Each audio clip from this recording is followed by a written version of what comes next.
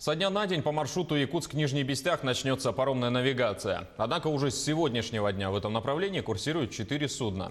Какие меры предосторожности предусмотрены в связи с пандемией? Повлияет ли это на навигацию? Узнавал Александр Хавренко. Сегодня вечером пароход «Паром-8» должен отправиться в первый пробный рейс навигации 2020 по маршруту Якутск-Нижний Бестях. Нынешняя навигация у нас на несколько дней обещает открыться пораньше, так как погода у нас более-менее благоприятная. В данный момент суда предъявляется портовому надзору, либо Роспотребнадзору, получают свидетельство, документацию. И будем заниматься подготовкой причалов, оборудования, делать пробные рейсы.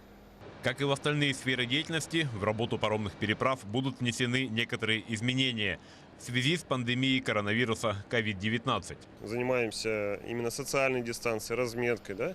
Разрабатываются инструкции о дезинфекции, именно защитить, допустим, экипаж, да? Потому что пассажиропоток в любом случае будет проходить через экипаж, и вот это все должно быть предусмотрено. Места общего скопления, это, допустим, перед кассой, там дистанция должна быть, обрабатываться, и сам теплоход должен обрабатываться, споласкиваться, допустим, после смены. Важно отметить, что на паром будет допускаться только личный автотранспорт и грузовой транспорт, осуществляющий коммерческие перевозки. Междугородние и межрайонные такси до перевозок на паромах допускаться не будут.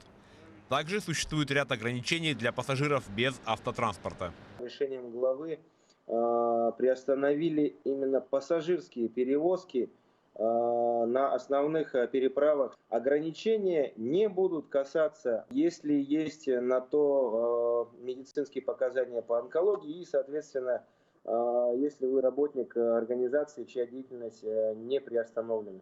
Также воспользоваться услугами парома без личного автотранспорта смогут обладатели билетов на поезд, отправляющийся со станции Нижний Бестях. Роспотребнадзор рекомендует пассажирам паромов соблюдать меры безопасности, не покидать салоны автомобилей во время переправы, не контактировать с другими пассажирами и, конечно же, соблюдать масочный режим. В навигации 2020 также будет работать приложение «Паром», которое, по задумке, должно предотвратить скопление водителей на переправе. Александр Хавренко, Владимир Павлов, Якутск.